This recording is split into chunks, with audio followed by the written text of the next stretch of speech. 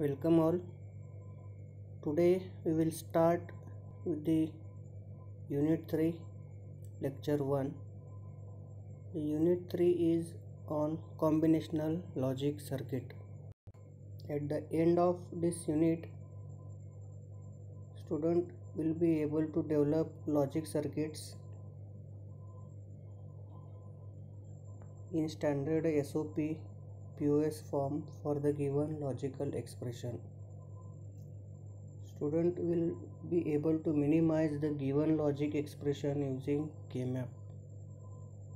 You can use IC 7483 to design the given adder subtractor circuits. You all will be able to draw mux and demux tree for the given number of inputs and output lines. You all will be able to write the specifications of component for the given application, and you all will be able to develop the specified type of code converter. Here it is input, not in-out.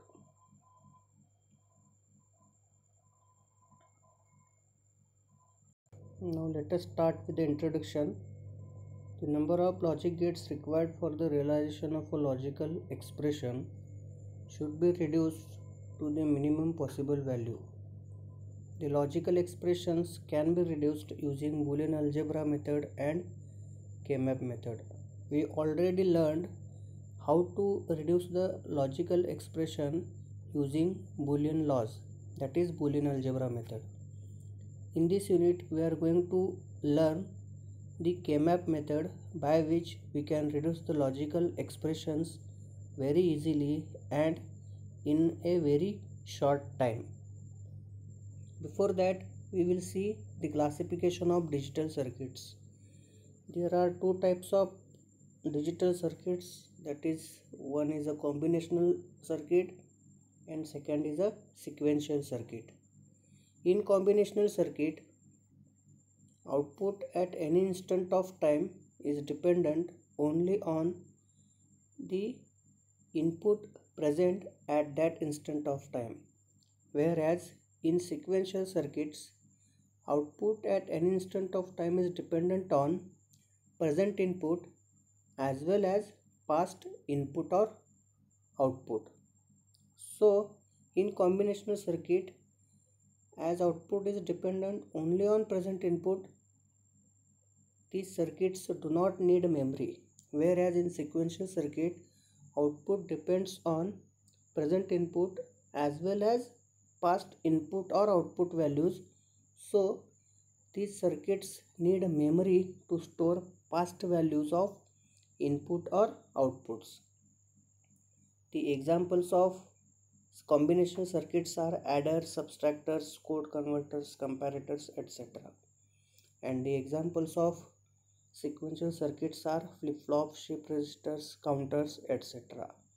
In this unit, we are going to learn all these examples, that is adder, subtractors, code converters, comparators, etc. Also, in this unit, we are going to learn how to design a combinational circuit. So, to design any combinational circuit, we have to specify the requirements as follows. So, first we should have a set of statements. From those set of statements, we are going to form a truth table, and from the truth table we get the Boolean expression from which we can design a circuit using combinations of logic gates or using some other circuits derived from basic gates. During this unit, we are going to design some combinational circuits with these requirements. We will come to know how to design a combinational circuit in further lectures. Now we will see SOP and POS representations of Boolean expressions. Any Boolean expressions can be expressed in following two forms, that is sum of product, which is also called as SOP, and second one is product of sum, which is also called as a POS. Now first we will see what is SOP or sum of product. The standard SOP form is the one which includes sum of a number of product terms. Now if we see this example, here there are three product terms, that is ABC, BCD and ABD bar, which are added together to get sum of product terms. In the same manner, in second example, there are four product terms, that is XY, X bar Y, XY bar and X bar Y bar. All these terms are added together to get sum of product terms. Thus, in each product term, there can be one or more than one variable added together, and these variables can be either in complemented form or uncomplemented form. Now second one is the product of sum terms. The standard POS form is the one which includes product of number of sum terms. Now if we see the examples, in the first example there are three sum terms, that is A bar plus B plus C bar. Second sum term is B plus C bar plus D, and third sum term is A plus B bar plus D. And all these three sum terms are added together to get product of sum terms. In second example, again there are three sum terms, that is X plus Y, first sum term, X bar plus Y, second sum terms, and X plus Y bar, third sum terms. All these sum terms are again added together, multiplied together to get a product of sum terms expression. Thus, in each sum terms there can be one or more than one variable added together, and these variables can be in complemented or uncomplemented form. Now next we will see standard and canonical SOP and POS forms. In previous slide we learned what is SOP and POS. Again there are two forms of SOP and POS. One is canonical and second is standard. In canonical forms, the meaning of canonical is conforming to a general rule which states that each term in equation must contain all the available input variables in complemented or uncomplemented form. If we see the example of canonical SOP form, in this SOP expression there are three variables A, B and C, and in each term or in each product term all the three variables are available either in complemented or uncomplemented form. If we see this first product term, there are three variables A, B, C in uncomplemented form. In the second product terms, again there are all the three variables A, B bar, C bar, and in third terms again all the three variables are available, that is A bar, B, C.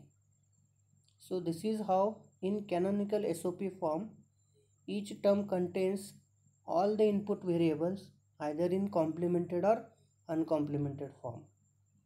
In second example, we can see a canonical POS form expression in which there are three sum terms which contains all the three input variables in complemented or uncomplemented form. This is how in canonical SOP or POS form all the input variables are available in each term, either in product term or in sum term. Whereas in standard form, each term, that is product term or sum term, in a equation may contain 1, 2 or any number of available input variables, either in complemented or uncomplemented form. If we see the first example, that is standard SOP form equation, in this equation there are in all three variables, that is A, B, C, either in complemented or uncomplemented form, but each term does not contain all the variables. That is, if we observe this first product term which contains A, B, in which C variable is missing, so to this equation we cannot say it is a canonical form SOP expression.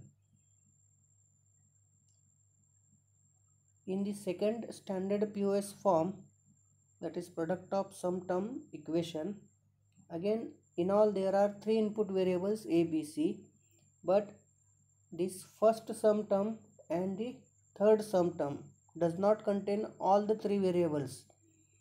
In first, C variable is missing, in third, A variable is missing. Therefore, this is how we can read the standard SOP expressions or standard POS expressions. Next, we will see how to convert a standard Boolean expression into a canonical SOP or POS expression. From that, first we will see how to convert a standard SOP into a canonical SOP. There are two steps. In first, we have to find out a missing variable for each product terms in a given SOP expression. After that, we are going to form a term by ORing missing variable and its complement, and that term we are going to AND with each product terms. So we will see one example. The given example is AB plus AC bar plus BC, that is standard SOP expression. Because there are in all three input variables, but all the product terms does not contain all the three variables. So this is a standard SOP expression and we have to convert it into a canonical SOP form. So as per rule, let us find the missing variables in each product terms. In first product term, that is AB, a C variable is missing. In second product term, that is AC bar, a B variable is missing. In third product term, that is BC, A variable is missing.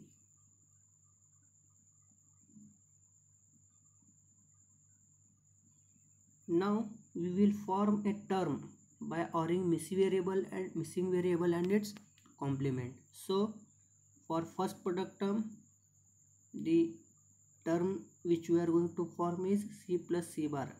For second product term, the term which we are going to form is B plus B bar. And third product term, for third product term, as the missing variable is A, we are going to form a term A plus A bar. Now we are going to AND these terms with their respective product terms. Now as AB is the product term in which C variable is missing, so we are going to AND AB with C plus C bar. In the second product term, B variable is missing, So we are going to AND AC bar product term with the B plus B bar. In the third product term, A variable is missing, therefore we are going to AND the product term BC with A plus A bar. After that, if we multiply, we will get this equation: ABC plus ABC bar plus AC bar B plus AC bar B bar plus BCA plus BCA bar. Now rearranging the variables, we can rewrite this equation as follow: ABC plus ABC bar. This AC bar B is written as ABC bar. This AC bar B bar is written as AB bar C bar. This BCA is written as ABC, and this BCA bar is written as A bar BC. Here we have used the commutative law to rearrange the variables. Now we are going to rearrange the product terms, that is, we are going to bring the similar terms together. In this equation there are two ABC terms and there are two ABC bar terms. We have written those terms together, and remaining terms are plus AB bar C bar and A bar BC. Now we know, as per our law, A plus A gives you A. In the same way, ABC plus ABC will give you a single ABC. After that, ABC bar plus ABC bar will give you ABC bar, and remaining two terms are written as it is: AB bar C bar plus A bar BC. This is how we get the canonical SOP form expression, in which all the three variables are available in each product terms, either in complemented form or uncomplemented form. Now let us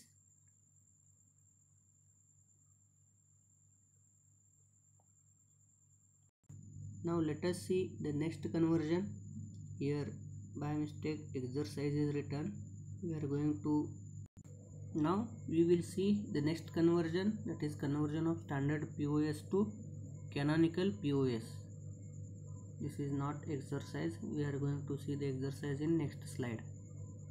Now in this, again, standard POS, there are some terms. So for each sum terms, here by mistake the product is written. Here for each sum term we are going to find the missing variable. After that, we are going to form a term by ANDing missing variable and its complement, and we are going to OR that term with their respective sum term. In this example, there is a standard POS expression which contains overall three variables, but as each sum term does not contain all the three variables, this expression is called as a standard POS, and we have to convert this into canonical POS expression. So in the first sum term, A plus B, a C variable is missing. In second sum term, A plus C, B variable is missing. In third sum term, B plus C bar, A variable is missing. So we are going to form a term by ANDing missing variable and its complement. That is, the terms for first sum term is C bar, for second term B bar, for third term A bar. Now we are going to OR these respective terms with their respective sum terms. So the equation will become like this, that is A plus B plus C bar into A plus C plus B bar into B plus C plus A bar. Now we know the Boolean rule law, that is A plus BC will give you A plus B into A plus C.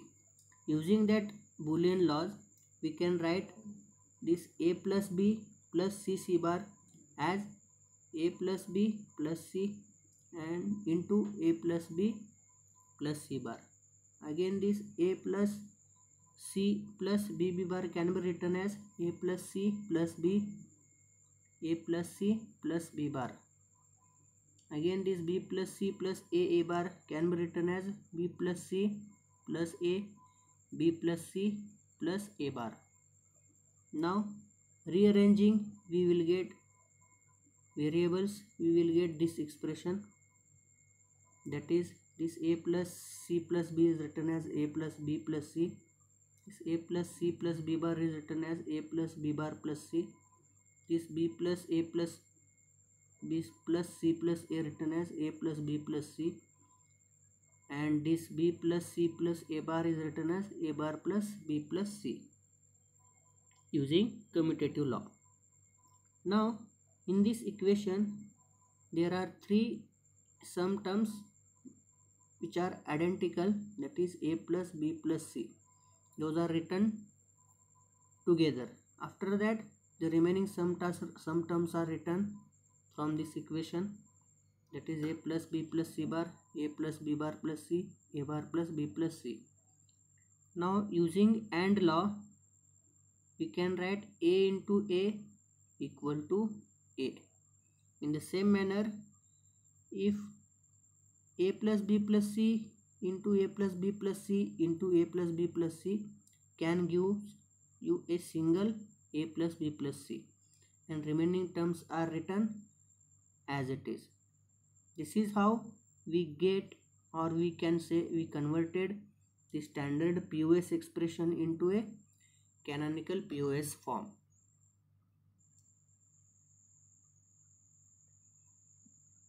Now these are the examples, exercise for your practice, which we have to solve at your own. These three examples, in this we have to convert this standard SOP expression into canonical SOP, and for second one we have to convert the standard POS expression into canonical POS expression. Thank you.